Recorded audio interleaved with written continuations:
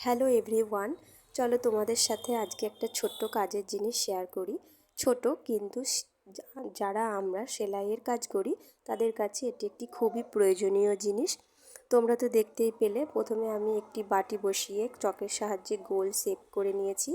এবার এটাকে আমি কেটে নেব। এটাকে দুটি পার্টে কাটতে হবে।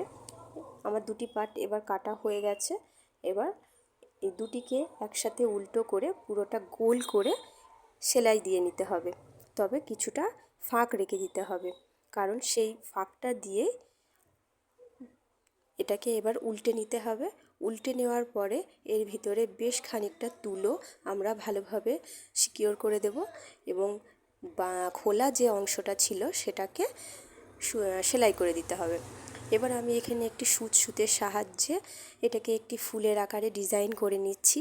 এটা চাইলে তোমরা করতেও পারো তোমাদের পছন্দ মতো, আবার স্কিপও করতে পারো। এবার তোমাদের হাতের কাছে ব্যবহৃত যে কোনো সূচ পিন এর ভিতরে সিকিওর করে রাখতে পারো, তাহলে আর হারানোর কোনো ভয় থাকবে না। ভিডিওটি যদি ভালো লাগে একটি লাইক কমেন্ট শেয়ার করে পাশে থেকো। আল্লাহ হাফিজ।